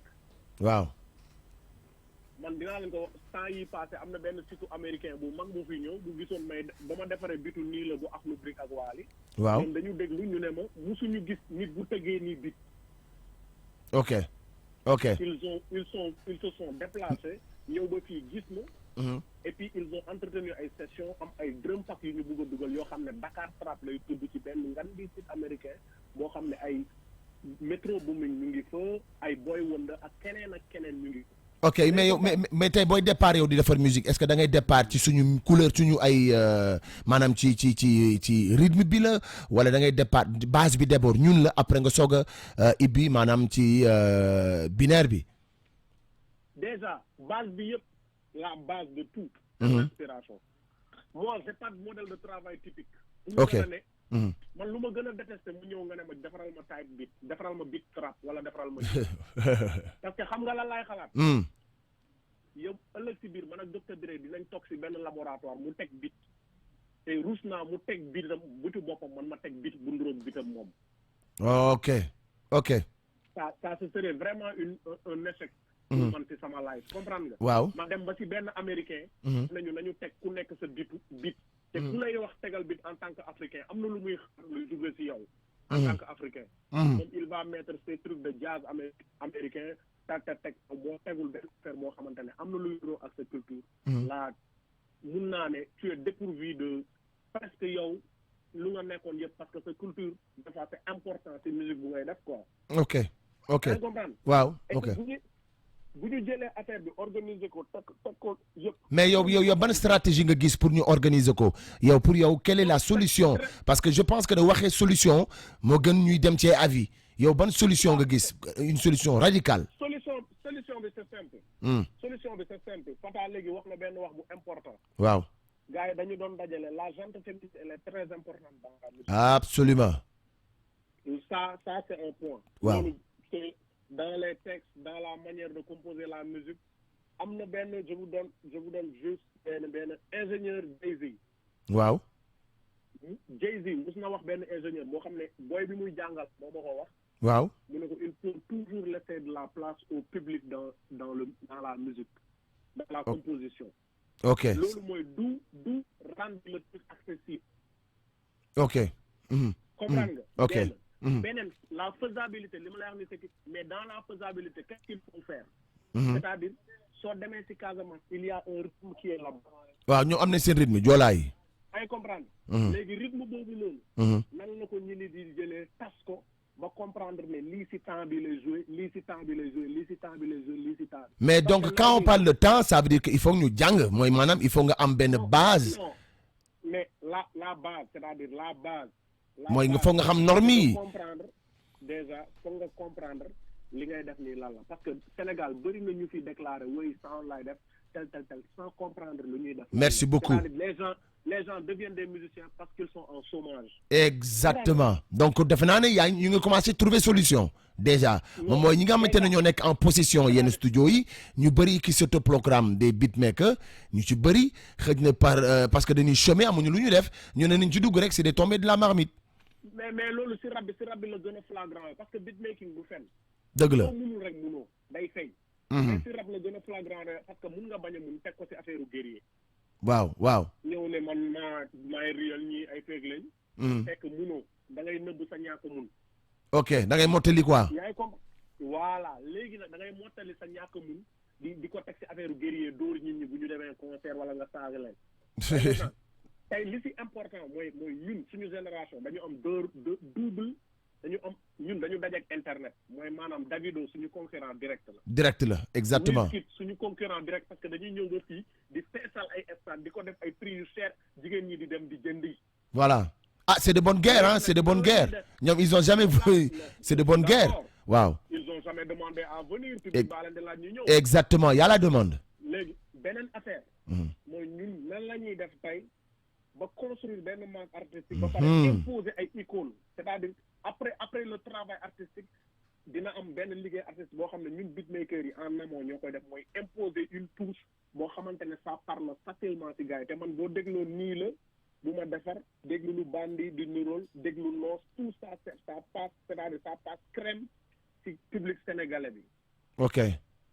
yaa ngi comprendre. ak yeneen nag li no face di def. waaw No Face. dégloo ay maabo. ça passe crème lu karabalik di def ça passe crème lu fata lu kii pasa gospel di def keneen ak keneen li ñuy def ça passe crème léegi nag pour man affaire yooyu yëpp. dañ koy dajale c'est-à-dire tey am nañ ay espace d'expression lu amul woon démb mooy lu si mel ni MCU. waaw lu si mel ni Africulture urbaine lu si mel ni J-hip hop.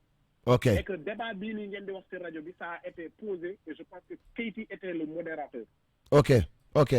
léegi nag affaire yooyu yëpp bu ñu koy def c'est-à-dire on pose le débat pour après aller dans les laboratoires pour enfin sortir une musique boo xamante ne bu ñu ko tegee. dina parce que ñun dans les clubs sénégalais c'est pas notre musique qui est jouée. baal ma de Is maa lay dagg. Ouais, mais en fait dama koy waxaale ci même contexte débat bi ñu nekk nii man nekk naa ko MC modérateur si benn émission bu mel nii tamit benn kii bu mel nii. Mais ça fait plus de 2 ans xam nga. Ça fait 2 ans mais man pour man déclic yi et puis en plus pour revenir si par exemple je t'en encourage hein, le fait que des Américains sont venus faire benn documentaire si li ngay def c'est intéressant mais pour wax la même mu dafay mel ni day nekkaat benn éternel recommencement maintenant li indi déclic bi parce que à l'époque par exemple CBV wala yeneen groupe yi fi nekkoon des Américains yu mel ni par exemple ay Ben presque groupe de rap yi gënoon génn dem États-Unis ba ci y a pas longtemps ma gis kër gi dem jouer ji États-Unis mais si presque si même circuit université yooyu lañuy jouer man mi yóbbu nañ ma fa et ainsi de suite mais c'est des Américains qui s'intéressent à cette culture africaine ok dañuy ñëw dox si seen soxla di ko yóbbaale pour di ci def seen yeneen mbir tamit quoi parce que tamit américains yi dañu am seen ay banque de affaires yoo xamante ne ak seen ay projets yoo xamante ni yow mi nekk ñi ñëw sax dañ lay wax lii ndekk la leen tax a jóg lee la merci ok yow amoo possibilité contrôle boobu yëpp mais li ma bëgg wax mooy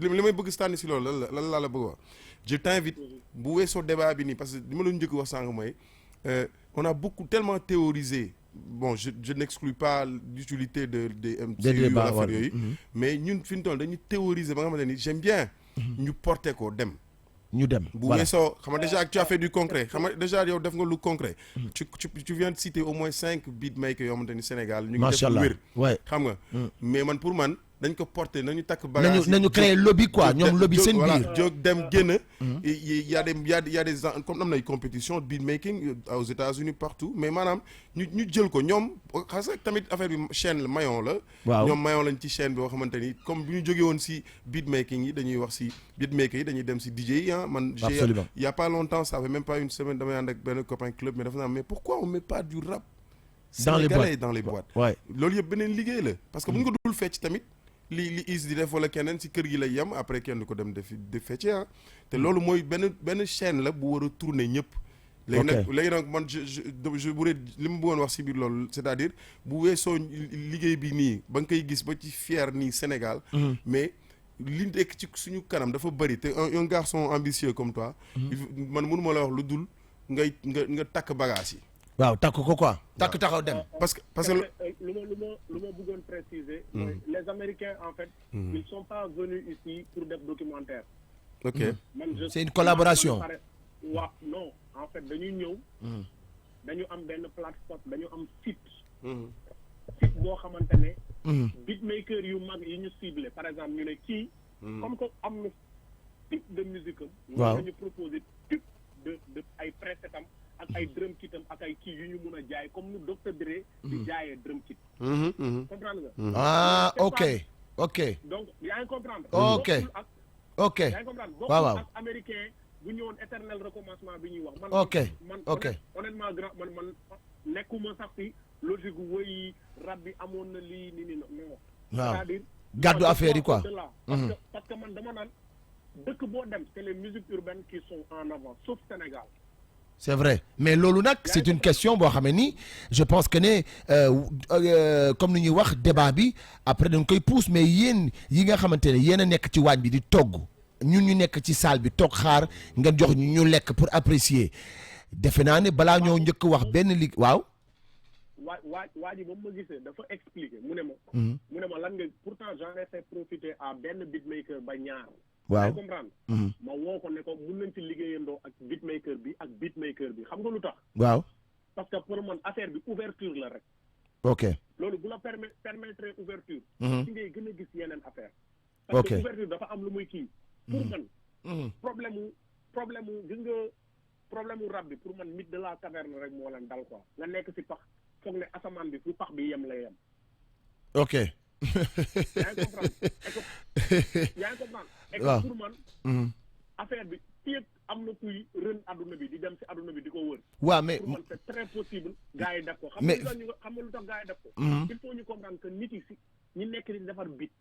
ay labo c'est-à-dire dañuy yor des fois da ngay testé son teg li génnee mu dox ginnaaw suba mu dox ginnaaw suba mu dox mais am na loo xamante ne pour nga am formule musicale c'est-à-dire ne lii musique sénégalaise la xam nga lan moo koy def. pour être beaucoup plus concret. lan. tu vois da Ismaïla day def noos de IS 814 day def noos dox. ñëpp ne noos dox na. ok ñëw label ne la label nga bëgg a def leneen mu ne la déedéet comme que noos mu ngi dox defaral ma affaire bu mel ni noos. ok. parce que eux ils sont dans la commercialisation ils sont pas dans le bruit. ok c'est-à-dire commercialisation boobu moo lay imposer nga def lu mel ni noos beneen label tëll ne dañu bëgg a concurrencer label bi nañu def lu mel ni noos parce que moom la gars yi di déglu. ok. en fait ils écoutent dañuy xam ne lii la public bi di xaar ñu def ko comprendre nga. ok bokkul ak ñi nga xamante ne dañuy def pour public bi jël si comprendre nga. ok d'accord. ce sont toutes ces choses qui font que tey jii ni style musical di am tey bu Davido defee benn son Wizkid da koy def kii def ko parce que loolu mooy fay streaming mooy fay YouTube moom la gel yi di seetaan moom la gars yi di streaming moom la gars yi di xool fii moom la gars yi di challenge moom la ñuy def yëpp. waaw donc la labellisation aussi permet d'avoir un c'est-à-dire un style musical. ok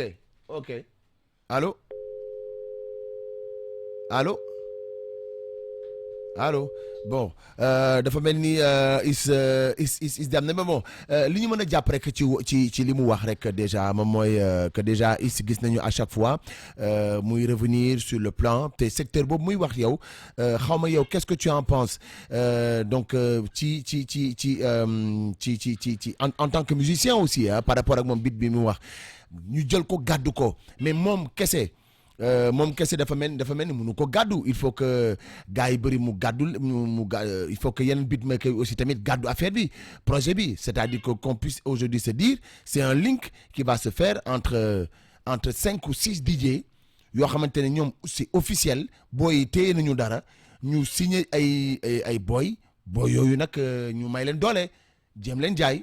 évidemment mais loolu la affaire yi mais ñun Sénégal gëmuñu lobby. États-Unis waaw te loolu nag la musique di doxee courant. waay musique noonu lay doxee. kenn rek mënul def benn affaire rek. sagoo ko bàkkoo ko yam ci yow. alors que yaa ngi nekk ci même cercle bi quoi tu vois. il faut que mu bëri il faut que mu nekk un courant pour que mu impacter ci fi nga nekk quoi. donc je pense que ñun ñëpp looloo ñu dal ci musique bi mais bon.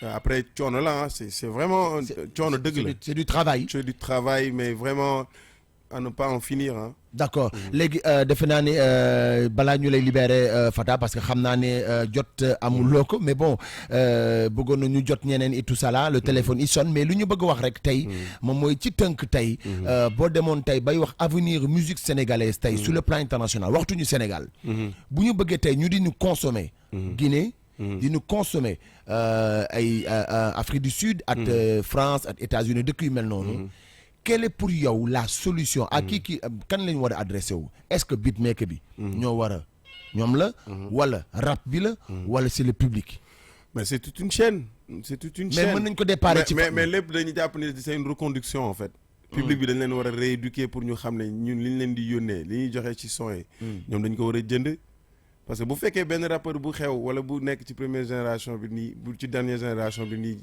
jaay na lu ko doy satisfait ko ba mu jàpp ni affaire bi mët na alors qu'il pouvait quand même gagner beaucoup plus. waaw parce que considéré wul ni ñeneen ñi itam ci liggéey bi lañ bokk dafay tax public bi dañuy gën a découragé public bi bu la jëndal yow 5000. waaw album wala 10 000. nga ni tu es le meilleur yow ñu nommé la jox la meilleur vente meilleur nangam 10 000. waaw. ñu ne à l'époque ñun ñëpp dañ doon jaay lu ëpp loolu. ëpp loolu demoon nañu ba 50 000 100 000 ñun ñëpp dañ doon jaay lu CBV jaay na presque 30 40 000. 40 000 waaw mais man su ma mënee comprendre ne. loolu bu fekkee tey jii ñun sénégalais suñu fi ñu toll. génération bu bees bi nekk muy la génération montante. ci loolu la ñuy kontaane ci loolu la ñuy yem. mooy comprendre ñu ni y a une bonne partie du public qui est ama. bu toog ceene quoi. ok léegi nag mission bi. loolu c'est une rééducation. ok yaraat public bi. waaw du affaire de ay. man kese la wala mën a ni non mais il faut affaire de ensemble il faut que ñu yëkkateendoo di wàcceendoo foog ñu wan public bi ne. li ñuy yor dañ koy jaay. foog ñoom ñu am rééduquer seen bopp si xam ni lii artiste bi di yor. dañ koy jënd.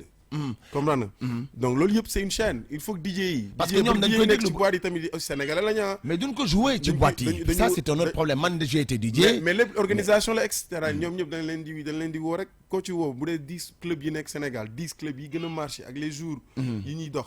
mais ñoom ñëpp boo leen woowoon nii woo leen yow ex wala un DJ de la place. mais on les organise. c'est vrai mais non rek la c'est très simple. absolument animateurs sénégalais yi nekk ci rajo yëpp. seen tranche horaire. bu ñu organiser woo léegi. au moins dinañ jël 5 wala 8 artistes dinañ waxandoo 5 artistes par année fii wala 3 artistes par année dinañ leen tudd. parce que dinañ jël artistes yooyu waxtaane ko ñoom seen biir. jël seen ay affaires en rotation ñu public bi defar ay artistes yu bees. te ay producteurs bu ñu ñëwee sax ci boîte yooyu la ñuy dem. mais voilà mën nañ tombé ne tiens ça c'est quel son ça. mais c'est ce qu'il faut faire. d'accord loolu mooy rééduquer waat nit ñëpp ñu xam ne du affaire de benn nit. gis nga bu tant que nekkul une vague. du dox ci kenn parce que ku nekk tu penses être le meilleur tu penses être que yaa ngi retrouver sa bopp. alors que tu pouvais mieux avoir. absolument mais li mu booloowul moo tax quoi. absolument su ma defee lii qu'est-ce que yow déjà lii qu'est-ce que ça te dit comment tu trouves ça le son là.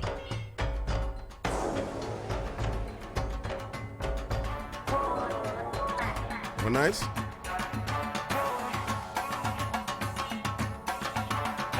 Ouais, c'est nice. Ouais, Nix album bi dafa nice. mais j'ai bien écouté. waaw je l'ai très bien écouté. kiiwam bi. voilà est-ce que tey par exemple gis nga ne gis nañu approche Nix bi waaw. ouais c'est très nice mais mooy man xam nga man nag dama gën a sore ci. waaw da nga gën a problème moom laa wax gars yi man dama ciy gën a sore. ok waaw moom gis nga léegi da nga sentir beat bi ñëw après quoi. waaw beat bi ñëw waaw. man nag dama def yoo xamante ne yu flat yu mel noonu quoi. yoo xamante ne ci début bi noonu. waaw yooyu nga ko téye foofu laa ko téye def ko groove teg ay riff yu bëri. nga xamante ne après ci noonu laa ko mixé. xam nga si tu as gis naa yenn beneen artiste yàggul mu lancé benn single bu am tuuti percu yu bëri mag riff mais ce qui était dommage sur le morceau mooy même percu. dafa am ay studio spécial yooyu dem pour ñu jëlal ko. waaw exactement parce que résonance prise de son yi traitement yooyu c'est il faut ngay dem fay studio yu baax. pour mën ko def day tax après si tu te poses. tu es à l'aise quoi du studio benn ñaar moo koy def quoi studio yu baax ñoo koy def. waaye man damay def loolu damay def ay fi ñu toll ay riff laa defar yu bëri. yoo xam ne waaye donc justement c'est pour dire que pour man coloration yi. am na solo. mais ñu génne affaire bi ci roots yi parce que tey bu ñuy wax musique nigérienne bi. ci ay naan ci Fela la mais c'est dafa mel ni nga ni reggae wax Naya Bingi quoi. c'est-à-dire si roots bi waaw foog ñu dem fu mu ci xooñ bi. voilà fi mu xooñee ceeb xooñ bee tax ñuy wax. da ngay xool musique bi nga xam ne lii. dafa am fu mu jógee roots la say tey jii la musique bi gën a. machiné. mais son ay Wizkid bu njëkk bi ak waa Lek Ba xam nga nu mu tudd. waaw mais da ngay déglu son bi dafa roots quoi. mais est-ce que mës nga toog ak nigérien yu defar son ñu nga gis mbóot mi. mais waxuma la toog rek mais man nekk naa Dubaï am na son bu ma def ak benn boy boo xamante ne dama nekk Dubaï mais sama téléphone laa defee son. sa voix sama voix yónnee ko mu ngi Nigéria mu mixé waat ko bokk na ci bi ma ñëwee sànq am na benn morceau boo njëkk teg noonu laa ko defee voix bi. ah ouais. téléphone laa ko defee yónnee ko te moom mi ngi Nigéria beatmaker bi.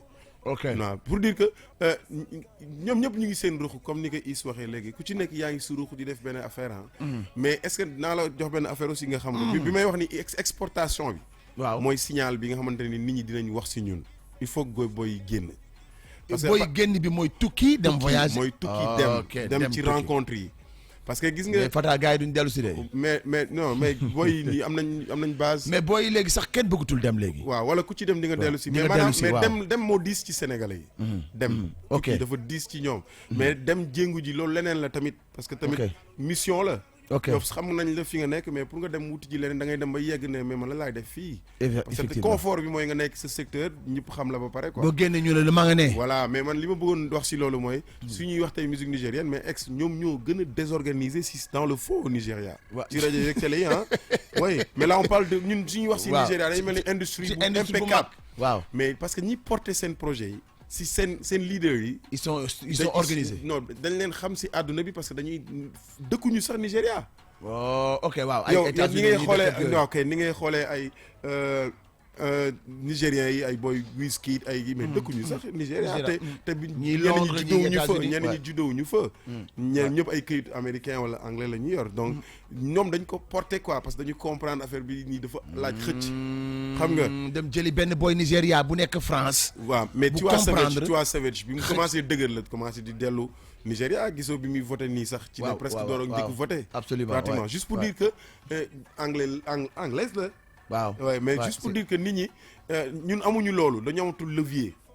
ok dafa mel ni su ma la déggee équipe nationale. waaw ñu am jël ci pro clip yu ay ndaw yi. pro yi dañuy ñëw pour football si. voilà waaw ñun dañu amatul levier nag. muy beneen ci- problème ci- bay. ci anam bu gën a ndaw mais nag booy yi génn. na booy génn na booy yi génn. man toog naa États-Unis yàggul mais bu ma nekkee dama am benn gars bu ma xamanteel bu intéressé si musique folk yi Sénégal. waaw fekk Wally nekk fa dama ko woo téléphone woo ko parce que Wally ne ko man nekkuma New York mais dama lay boole kenn ko xam da ngay ñëwal gis ko c'est-à-dire ok il faut que mu am ay ligne connexion il faut ci il faut que biti. nit ñi artistes yi fii ku ci nekk si li ngay yëngu nga mën a porter ko nga dem quoi dem yoon bi nag neexul mais moo gën boog toog sa secteur rek di ko tàngal tout le temps après mu nekk un éternel mais c'est- recommencement. mais au moins c'est bien déjà ñu defar climat bi nga xamante climat musical boo xamante ne tey un grand producteur sénégalais bu nekk États-Unis am connexion dana mën a ñëw jël fii jël wala jël benn sénégalais bu nekk States boo xamante ne booy bi am na déjà yenn ouverture yi ñëw jël fii mais duñ ba ko pare def yóbbu duñ ko def léegi ñoom il préfère toog di la puiser toog foofu di la puiser xool li ngay def lépp ñu koy jouer ñoom ñu koy ah mais il faut pas déconner te mën nañu ko am nañ parce studio que yi am moyen ma jox la beneen exemple bu gën a banal gis nga télévision ay Trace Africa yi waaw suñu rappeurs yi di ci bëri dañ ci bàkkoo di ci nekk quoi, waaw di bu ci ku génn. fa jàll Ku fa foog ne jàll, waaw waaw mais c'est des chaînes yoo xamante ni ñoom dañu am ay grille de programme dañu am mission fii ci Afrique tu waaw vois waaw donc c'est des ñoom chaînes nekk- pour dessiner pour l'Afrique mais musique bi intéresse musique bi en fait di jéem a wane ni kii mooy le meilleur ou pas intéressé wu leen ah ñoom ñëwuñu pour développer rek suñu musique xam Ok. politique la moo leen fi andi ñu nekk fi donc ñun artistes yi ñun waruñu xaar ci kenn parce que producteur amatul kenn producteur kenn producteur atul déjà loolu dinañ ci ñëw ci yeneen débat waaw produire atul amatul loolu on est tous indépendants il faut aller chercher les connexions jéem a texte li ngay def ci ay canaux mais si ce serait encore mieux que s'ils sont déjà organisés fii donc man je suis pour quelques DJ bu dee 5 DJ dajale leen bu dee ay beatmaker ñu dajale leen bu dee ay acteurs culturels ñu teg ko stabiliser mais ko, loolu man defoon naa ko il y a plus de 10 ans mooy avec mais li ma lay wax nii li ma lay wax nii yëpp si recommencement bi la nekk c'est dans la voilà même donc logique. parfois moom laa moo tax parfois quand je vois certaines initiatives damay ragal parce que defoon naa ko il y a 10 ans ou 15 ans ci ginnaaw donc dajale animateurs yëpp on a essayé tenté nañu yaa ngi fàttaliku Bien sûr. mais boo ko doon xool moment boobu nag ci la ñu gën a musique bi rap bi ci la ñu gën a jaay Ouais, bien sûr. mais après y a une am encore cassure te du dara ñu dul rappeurs yi seen bopp Ouais. moom laa wax yow da ngay defaral dara pour rappeurs yi pour ne pas clash wala sànni kàddu dara Eh ben, da nga leen di defaral dara pour ouais. ñoom dans leur intérêt man gañoo ma ci woon xaalis musuma ci am dërëm sama xaalis laa ci ne sumay millions yi bari laa ci doon def mais ginnaaw loolu benn soutien rek laa doon xaar mooy le public déjà était là mais benn soutien bi ma doon xaar moom mooy le soutien maintenant la complicité des artistes mais artistes ci boppam woote benn rajo nekk saa dekk si dafay def nii di lekk xaalisu rappeurs yi tu vois c'était Bibson moo woote woon bañ lal ba man mujj bi le lendemain ma dem foofu ne dama koy porter plainte et ça n'a pas été bien finalement j'ai jeté les trucs parce que bon voilà tu essaies de le faire pour ñoom dans leur intérêt mais après bon c'est des histoires yi nekk suñu ginnaaw andi waatuñu ko pour voilà kii waat mais bon on rappelle juste que il y a eu un passé xëj na nouvelle génération bi yu bëri fekkee wuñu ko mais ci tënk rek balaa ñu lay libérer rek Fata lan mooy ce dernier mot donc ci atmosphère maanaam ci wàllu nouvelle génération bi nii tey. beneen bi may conseil nga leen di wax beneen bi may waxaat mooy non dama doon lire kii bi quoi. commentaire yi damay lire commentaire yi xamoon dama koy gis fii quoi. oh non da nga koy gisaale foofu waaw dafa ne man Ndeye Fatou Seye maa lay ziar nee na maa tax muy déglu rap. Ndeye Fatou Seye. oh waaw non léegi li ma bëgg wax ci beneen affaire bi gën a important. Exadex si rap sénégalais bi mooy rappeurs yi nañuy génn. nañuy génn di dem si endroit yi nañu décomplexer musique bi tamit. ok nañuy génn dem ci endroit yi mooy c'est-à-dire ay. nañu dem ci restaurant yi boîte yi déjà ñoom ñu koy fréquenter. il faut ñuy wane beneen image. mais tu sais que les artistes ne sortent pas. voilà. c'est un problème et boo demee kaaw bi c'est le contraire. mais c'est un problème da ngay dugg ci boîte mënoo di nekk musique nga bëgg ko téye di musique ngay def.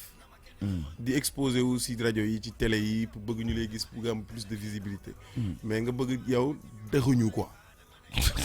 da ngay dëxuñu quoi yow star nga da ngay dëxuñu mais da ngay génne star yi man yi ma xam man boog ñëppay génne every day. waaw dañuy génn ñëppay génne every day saa da ngay génn demal ci. dem xaar bi quoi. oui même bu dul sax affaire u kaañ bi ñuy wax waxu ay bu ko ci wax mën na la tegal léegi problème mu jënd caaf wala lekk lii foofu lañ lay wax quoi.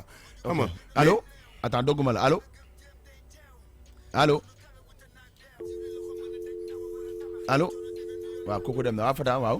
waaye boo ma ko doon andi contexte bi léegi di ko wax day mel ni da ngay bëgg wax nit ñi ni nañuy dem ku nekk di la wax jàmbat la waxu dépense ak ay waxu lii ak waxu lii xam nga.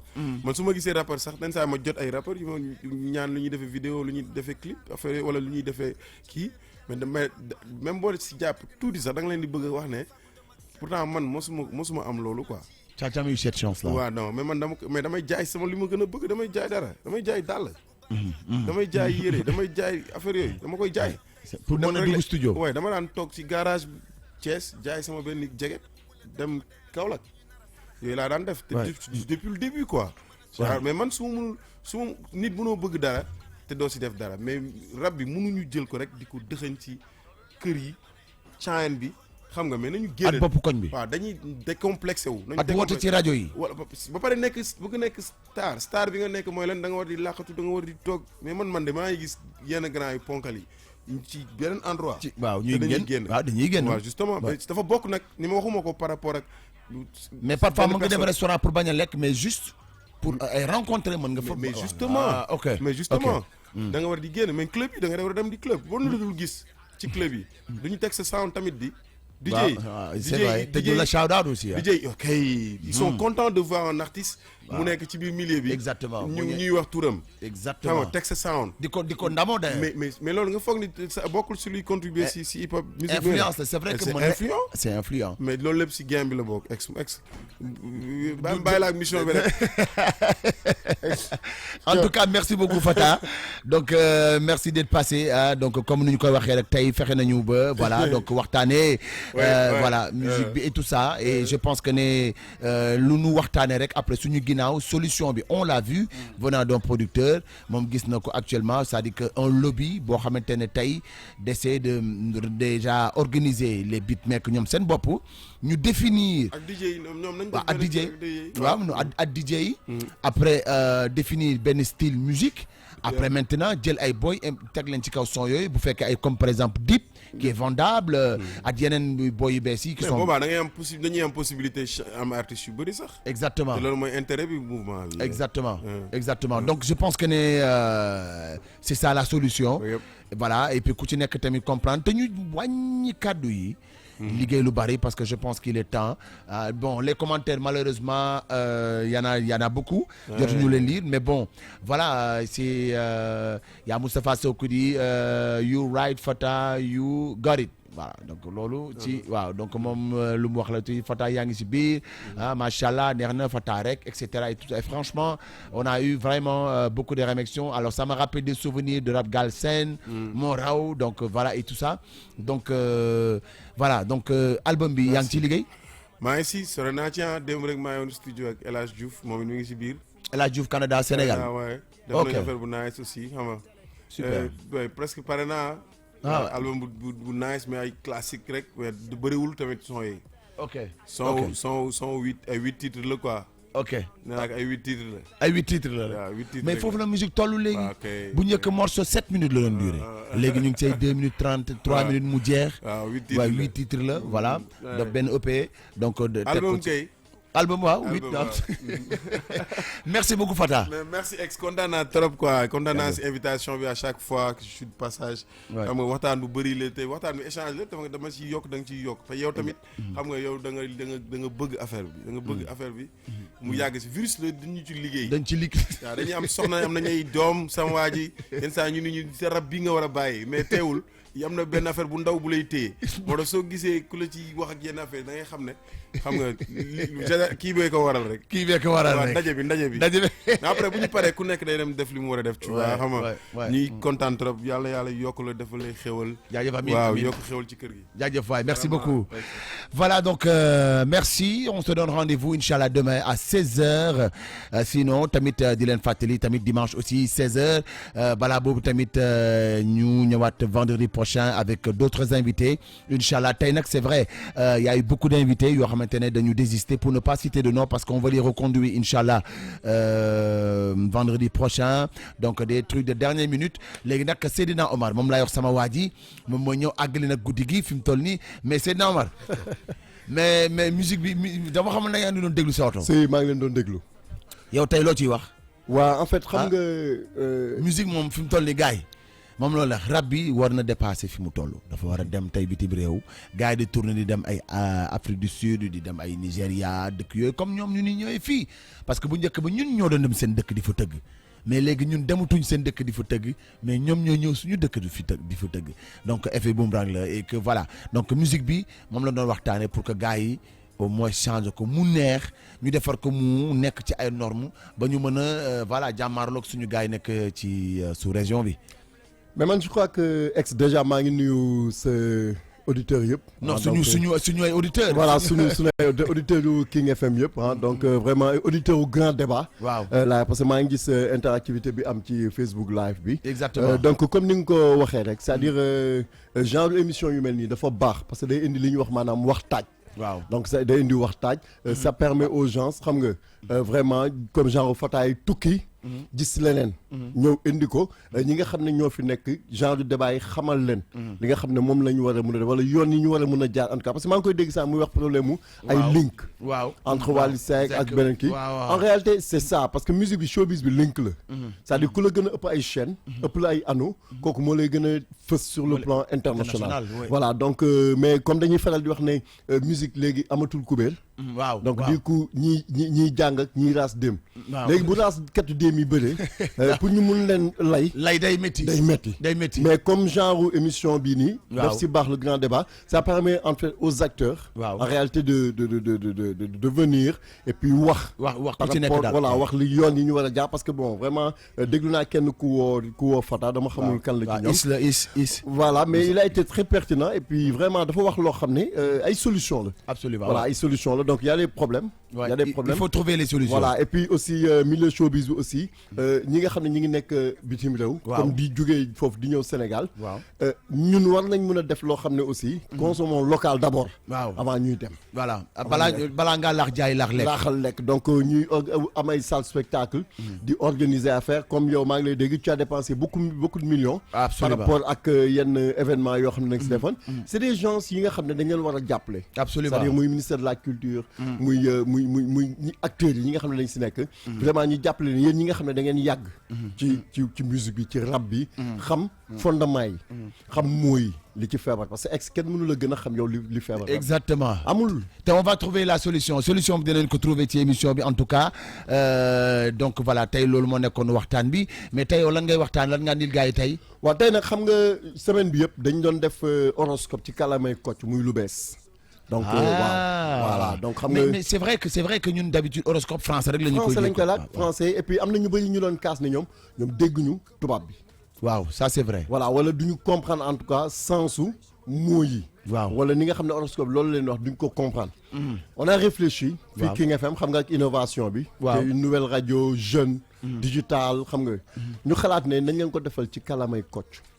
moo gën a ti ci olof. waaw donc muy suñ yaay yi. suñ maam yi daan sa doole yi nga xam ne ñu ngi nekk ci kër yi ñu nekk ci karap yi ñëpp ku ci nekk heure boobu noonu da nga koy jàpp léegi nag ci guddi bi nag vendredi ginnaaw yow boo ñëwee def sa émission bu am solo boobu nag waaw ñi ñëw gën a yaatal voilà donc ku ci nekk di nga ci gis sa bopp ku ne ngi gis woon ñi nga xam ne xam nga ci wàllu vie sentimentale ex gis nga y a beaucoup de divorce waaw y a beaucoup de problèmes ay incompréhension ay divergence d'opinion waaw bëri na ay nit yoo xam ne ay incompatibilité d'humeur donc yooyu yëpp dafa nekk li nga xam ne am na cause ok xam nga ñun nit ñi dañu xaaj ci ñeenti pàcc est-ce que xamoon nga ko ñeenti pàcc doomu aadama la ñu xaaj waaw la ñu xaaj ci ñun dañu nekk nitu dafa am ay nitu ndox élément d'eau waaw am élément de feu yàlla ba ma doon bu feu waaw feu nag moom li tax mu garaaw mooy feu bu dajeeg ndox soit feu bi day ngeeral ndox mi wala ndox mi fay ko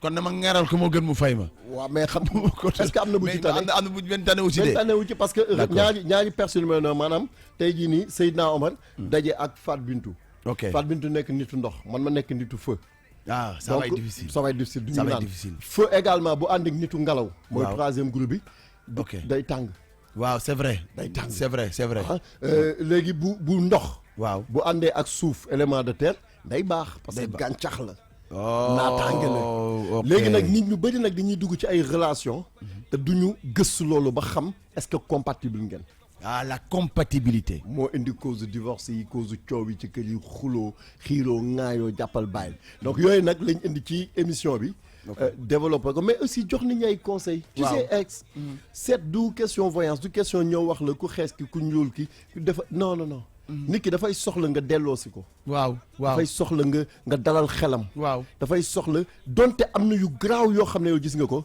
mais am na nooy dalalee xelam ba nga xam ne même boo ko waxee moom suba bu xëyee dina ko mën a encaisser mais lu ko bett moo baaxul donc conseil yooyu dañ leen siy jox et puis nit ñi dañu soxla di extérioriser gis nga heure bi ñu ko def minuit ba 2 heures du matin dañuy soxla ngay extérioriser li nga xam ne mi ngi nekk ci yow donc yooyu dafa nekk li nga xam ne bon voilà noonu lay demee dafa waxtaanee quoi dañ koy waxtaanee voilà donc noonu lay demee ci wàllu professionnel da ngay gis tey nit di yëngu ci dara ex nekki tey gënnu ko parce que même ci alxuraan ñu ngi koy wax ne boo nekkee ci benn béréb lu toll ci diiru at te gisoo ci avancement yokkute changé wuti leneen voilà gars yi gëmuñu loolu de ku ko gëmul alxuraan gars yi ñaari dàll la ñuy teg aywa salaamaaleykum aywa dàll yi téeméeri at nga ñëw fekk waaj gis dàll dem ba changé couleur ñaari dàll yi lay jaay mais toujours même ngay nekk donc même bu au delà de li alxuraan wax sax mais nit moo war a am taxaw seetlu bu dawalee ci àddunaam dawal tuuti dafa war a def benn taxaw seetlu def benn xool li ci yokk ci moom voilà def autocritique xoolaat boppam xoolaat li muy doxalee pour mun a départ xam nga àdduna bi dafa bëri ay ndëgg sërëx waaw ndëgg sërëx mooy piège yi il faut nga moytu di dugg ci piège te loolu lan moo la ko mën a may pour nga mën ko moytu expérience wala nga am chance su am mag boo xamante ne yàlla may na ko am ay chance yoo xam ne déglu ku mel ni ex nga xam ne jàng na école de la rue ok nga koy déglu mu lay dolli mais nga nangu déglu mais également ñëw ci suñu genre yi nga xam ne en réalité ñun voyance bi ñuy def science la dañuy def numérologie muy wàllu chiffre def astrologie muy wàllu bidéew yi def chiromancie muy wàllu loxo yi def caféomancie muy kaasu porcelaine yi maanaam bëri na donc xam nga comme ni nit di feebaree dem ñu jël sa deret def ko ci microscope wax la li la dal wala nga ñëw ñu defal la rajo ñu diagnostiqué la voilà ñun aussi seet bi aussi loolu outils yi rek ñoo différencier mais benn ok tous les chemins mènent à Rome super en tout cas merci beaucoup